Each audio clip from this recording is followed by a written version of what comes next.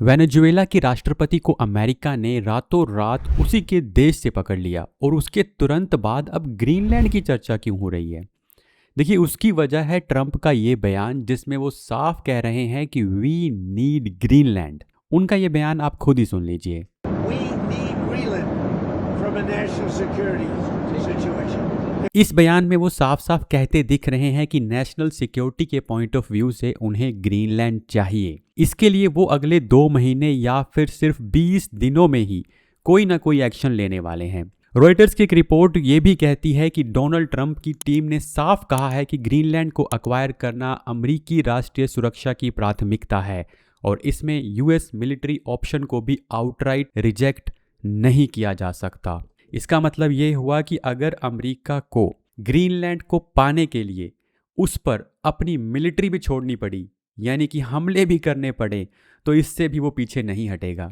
Venezuela के राष्ट्रपति को पकड़ने के बाद अब ट्रंप का जो कॉन्फिडेंस है वो इतना ज़्यादा बढ़ गया है कि वो किसी भी देश को हथियाने तक की बातें करने लगे हैं।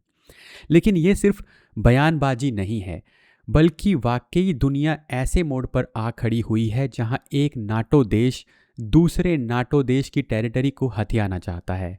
पर क्या रशिया के यूक्रेन और यूरोप पर बढ़ते दबाव का अमेरिका फ़ायदा उठाना चाहता है? और क्या वेनेजुएला पर कब्जे के बाद ट्रंप का कॉन्फिडेंस और ताकत इतनी बढ़ चुकी है कि वो कुछ भी कर सकते हैं? ये सब कुछ हम इस वीडियो के अंदर जानेंगे, लेकिन उससे पहले अगर आपने सब्सक्राइब नहीं किया है तो सब्सक्राइब कर लीजिएगा। अब ट्रंप ग्रीनलैंड पर कब्जा कर पाते हैं या नहीं, इससे पहले ये समझ लेते हैं कि अभी जो ग्रीनलैंड है वो किसके पास है। ग्रीनलैंड दुनिया का सबसे बड़ा आइलैंड है जो कि लगभग 21 लाख स्क्वायर वर्ग किलोमीटर में फैला हुआ है और ये भारत के क्षेत्रफल का करीब 2/3 है, क्योंकि भारत का जो क्षेत्रफल है वो लगभग 32 लाख स्क्वायर किलोमीटर है। लेकिन यहाँ सिर्फ 57,000 लोग ही रहते हैं, क्योंकि ग्रीनलैंड का करीब 80% हिस्सा परमानेंट आइस शीट से ढका हुआ है, जहाँ तापमान सर्दियों में -20 डिग्री तक चला जाता है। तो ये तो हुई ग्रीनलैंड की ज्योग्राफी की बात। अब ये समझ लेते हैं कि राजनीतिक रूप से ग्रीनलैंड किसके पास है। ग्रीनलैंड डेनमार्क का हिस्सा है, लेकिन 2009 के बाद से उसे सेल्फ रूल मिला हुआ है, यानी कि वो अपनी सरकार बना सकता है, अपने कानून बना सकता है और उसके जो रिसोर्सेज हैं उस पर उसी का अधिकार है। पर सिर्फ डिफेंस, फॉरेन पॉलिसी और सब्सिडी के जो मैटर्स हैं वो डेनमार्क देखता है। मतलब ग्रीनलैंड कॉलोनी नहीं है, लेकिन पूरी तरह स्वतंत्र देश भी नहीं है। और यही जो बीच का स्टेटस है ना, यही अमेरिका की दिलचस्पी ग्रीनलैंड के अंदर बढ़ा देता है। पर अमेरिका की इस दिलचस्पी का एक और कारण भी है। उसके लिए हमें थोड़ा सा हिस्ट्री के अंदर जाना होगा। लगभग 1000 साल पहले Viking explorer Eric the Red यहाँ पर पहुँचा था और इसके बाद 18वीं सदी में डेनमार्क और नॉर्वे ने इसे फॉर्मली कॉलोनाइज किया था। लेकिन 1931 में नॉर्वे ने दावा किया कि वो उसका हिस्सा है, पर इंटरनेशनल कोर्ट ऑफ जस्टिस ने फैसला सुना दिया कि ग्रीनलैंड जो है वो डेनमार्क के पास ही रहने वाला है। अब इसके बाद आता है दूसरा विश्व युद्ध, जिसके अंदर जर्मनी ने 1940 तक डेनमार्क पर कब्जा कर लिया था और अमेरिका को डर था कि कहीं नाजी जर्मनी ग्रीनलैंड भी ना पहुंच जाए। इसीलिए 1941 में अमेरिका ने ग्रीनलैंड पर अपना कब्जा जमाया, यहाँ पर अपने मिलिट्री बेसिस बनाए और सबसे अहम थुले एयर बेस को यहाँ पर स्थापित किया। ये एयरबेस आज भी अमेरिका की मिसाइल वार्निंग और स्पेस सर्विलियंस सिस्टम का एक बड़ा हिस्सा है।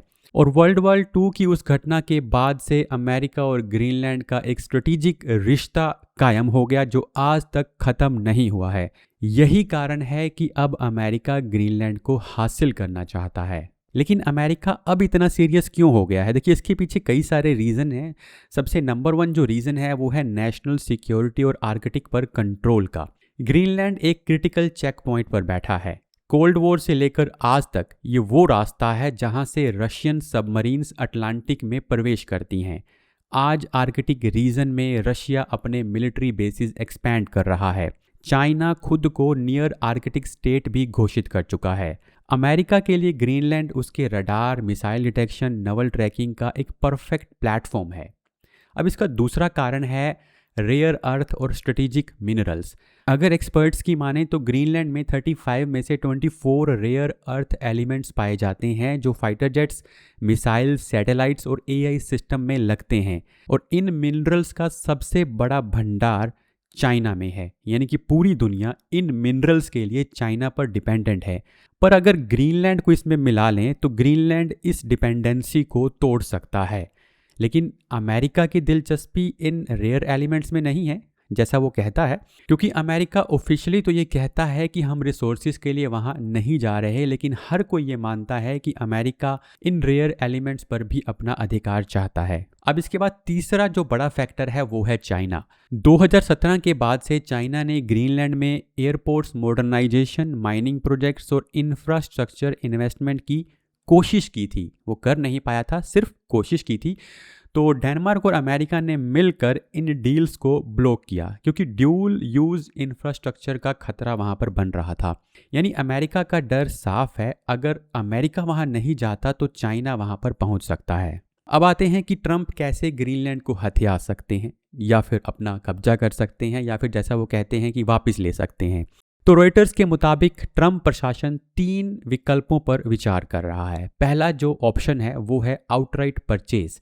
जैसे 1867 में अलास्का को अमेरिका ने खरीद लिया था, उसी तरह से अमेरिका जो है ग्रीनलैंड को भी खरीदने की कोशिश कर सकता है। लेकिन डेनमार्क यहाँ पर साफ कह चुका है कि Greenland is not for sale, और ग्रीनलैंड की जनता भी अमेरिका में शामिल नहीं होना चाहती। अब दूसरा जो ऑप्शन है वो है कॉम्पैक्ट ऑफ फ्री एसोसिएशन, यानी जिसे कोफा कहते हैं। अब ये जो काम है वो अमेरिका ने माइक्रोनेशिया और पलाऊ के साथ किया था। इसके हिसाब से ग्रीनलैंड टेक्निकली इंडिपेंडेंट रहेगा और डिफेंस और फॉरेन पॉलिसी जो है वो अमेरिका संभालेगा। तो एक्सपर्ट ये मानते हैं कि यही सबसे रियलिस्टिक ऑप्शन है, लेकिन इसके लिए ग्रीनलैंड की सहमति बहुत ज़रूरी है। तीसरा जो ऑप्शन है वो है मिलिट्री का ऑप्शन। व्हाइट हाउस ने ऑफिशियली कहा है कि military option is always available, लेकिन एनालिस्ट साफ कहते हैं कि नाटो अलाई पर मिलिट्री एक्शन का मतलब है नाटो क्रेडिबिलिटी पूरी तरह कोलैप्स हो जाएगी। इसीलिए इसे एक प्रेशर टैक्टिक माना जा रहा है और एक जो है सटीक प्लान जो इसे नहीं कह सकते, क्योंकि अगर ऐसा होता है तो यूक्रेन जिस नाटो की जिद में रशिया से पंगा ले बैठा है उसका कोई मतलब नहीं रह जाता। अब इस पूरे बवाल पर डेनमार्क, यूरोप, नाटो की क्या प्रतिक्रिया है वो आपको बताते हैं। देखिए, डेनमार्क की जो पोजीशन है वो क्रिस्टल क्लियर है। वो कहता है कि Greenland belongs to its people. European leaders और कनाडा ने भी इसको सपोर्ट किया है। नाटो सीनेटर्स तक ने कहा है कि अगर अमेरिका ट्रीटी ऑब्लिगेशंस तोड़ेगा तो अलायंस की लेजिटिमेसी पर सवाल उठेगा। यानी अमेरिका के अंदर भी अनएनिमस सपोर्ट नहीं है। पर क्या वाकई ग्रीनलैंड अमेरिका का हो सकता है? इसका शॉर्ट और सीधा आंसर है कि सीधे तौर पर नहीं हो सकता, लेकिन लॉन्ग टर्म पिक्चर अलग है।